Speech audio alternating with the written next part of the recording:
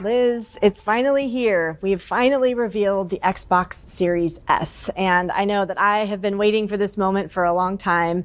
And despite all the rumors and kind of information that's been rolling around on this particular console for quite some time, I still think that the most striking thing about it is when you see it in its actual form for the first time and how small it is. It is. It is our smallest Xbox ever. It's so light. It's just over 4 pounds, and it's 11 by 6 inches. It's incredibly quiet. You can store it vertically or horizontally, but don't let this small size fool you. There is incredible next-gen performance in this small package. When I first saw both the tiny form factor of Xbox Series S alongside our most powerful console ever with Xbox Series X, I couldn't help but be struck at how they looked like they were definitely part of the same family, but maybe not, siblings. We know we built the Xbox Series X to house the most powerful console of the next generation. How should we think about the design intent behind the Xbox Series S? Well, we built Xbox Series S to deliver all the core features of next-gen gaming. So that's higher frame rates, faster load times, and richer, more dynamic worlds. And so what we saw in prior generations was that cost was really preventing some gamers from joining early in the generation. And when we looked at trends in silicon and hardware costs in this generation, we saw that we weren't going to see the kinds of decreasing costs that we saw in prior generations. And that led us to realize that we could deliver a fully next-gen, more accessible console at the beginning of a generation. And when we were building this, we also realized that a number of our customers cared more about frame rate than they did about resolution. So we realized we didn't have to require a 4K TV for this console. We also learned that a number of players, especially new players, expect their games to come with them across all of their devices.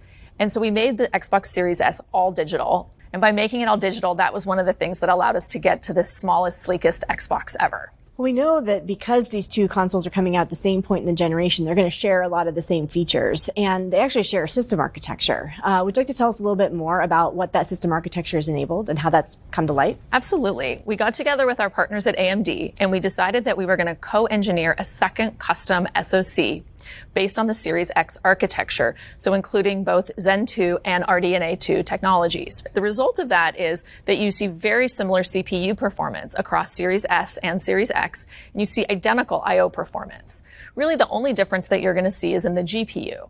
And the Series X was designed to run native 4K at up to 120 frames a second, while the Series S was designed to run at 1440p, also at up to 120 frames a second. Now, if you happen to connect your Series S to a 4K TV, you'll be able to take advantage of our advanced hardware scaler and see improved resolution. Now, no matter what TV or setup you have, we want to make sure you have the most immersive experience possible. So we're including Dolby Vision at launch with these consoles, and you'll see that on our streaming apps with our partners like Netflix, Vudu, and Disney+.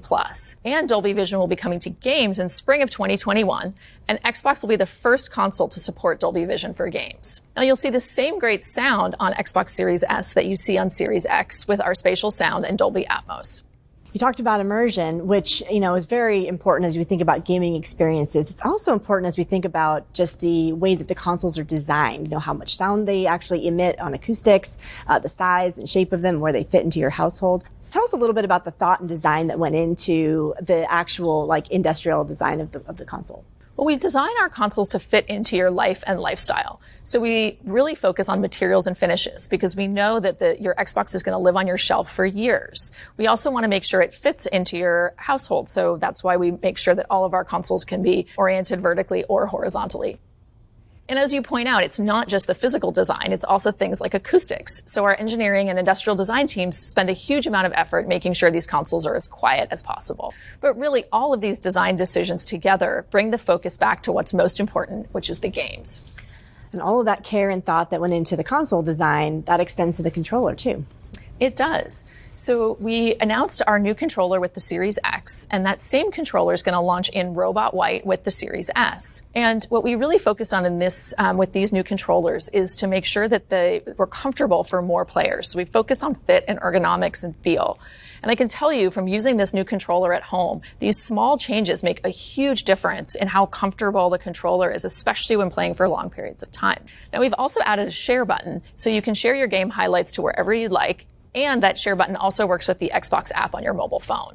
Okay, so far we've talked about its amazingly small size, we've talked about its tech features, and we've talked a lot about product design and intent. How do we think about comparing the performance on a technical side, maybe even audience perspective, between the Xbox Series S and the Xbox One X?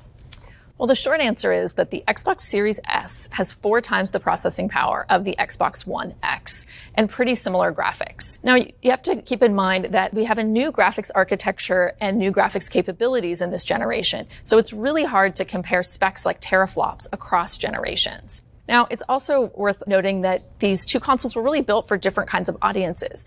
So the Xbox One X was designed to be the most powerful console ever built and the first to deliver true 4K gaming. With the Series S, we're trying to bring next generation gaming to more people at the beginning of the generation with a lower price. It is great that we have a lot of options for different folks. You know, we believe that the next generation consoles are going to deliver transformative gaming experiences, and now we have a couple of options for them between the Series S and the Series X. But in the end, the time to upgrade is really up to the player. And if you're playing on your Xbox One X and you're happy there, we're happy you're there, and we're ready for you whenever you're ready to upgrade. Okay, next question. The Series S has a 512 gigabyte custom SSD. How did the team land on that storage size for a digital-only SKU? Well, when we move to SSD technology, we get much higher performance. But of course, that higher performance comes at a higher cost. And, more storage is always better. So we were trying to balance the storage drive size as well as cost, and we landed on 512. Now, the Series S also supports the Seagate storage expansion card. In addition, you can always connect your USB 3.1 drive for additional storage. And we've been working on a number of software features to help you more seamlessly manage your game library between the cloud and your console. Well, so far we've covered a lot of great details on the Xbox Series S. Now let's have Jason Ronald take us through what it means for game developers and gamers. We've already announced quite a few titles that are coming optimized for Xbox Series X at holiday. That means that they're going to have those faster load times, those higher frame rates, and those richer, more dynamic worlds, because they were built from the ground up to take full advantage of this new architecture from these new consoles. All the games that are coming optimized for Xbox Series X will also be optimized for Xbox Series S. But maybe the best part about the optimized catalog is that it's just a fraction of the number of games that our Xbox gamers are going to be able to play on these new devices come this holiday. I love being able to say that we're going to have thousands of games at launch. Now, in the last generation, we pioneered backwards compatibility, and we're bringing that forward to unlock the largest launch library ever across 4 generations of content, all the way back to the original Xbox. And our goal is really to unlock content across devices and generations. And for that, we invested in smart delivery. And with smart delivery, you buy a game once, and then we deliver the best version of that game to whatever console you're playing on. So if I'm playing a game on an Xbox One, and then I decide to upgrade to a Series S or a Series X, everything comes with me. My game history, my saves, my achievements, and the best version of the game is automatically delivered to my console. Thanks so much, Liz. I know that I, for one, am thrilled that all of our console cards are out on the table and we're able to move forward toward launch, telling our full and complete story for the next generation of gaming with Xbox. So this must be a massive moment for you and the team. We've spent years envisioning and working on the next generation of gaming, and it's finally here. And it is so exciting that the most powerful console ever built will be out this holiday with the Xbox Series X. And I love that we're being able to bring next generation gaming to more people with the Series S.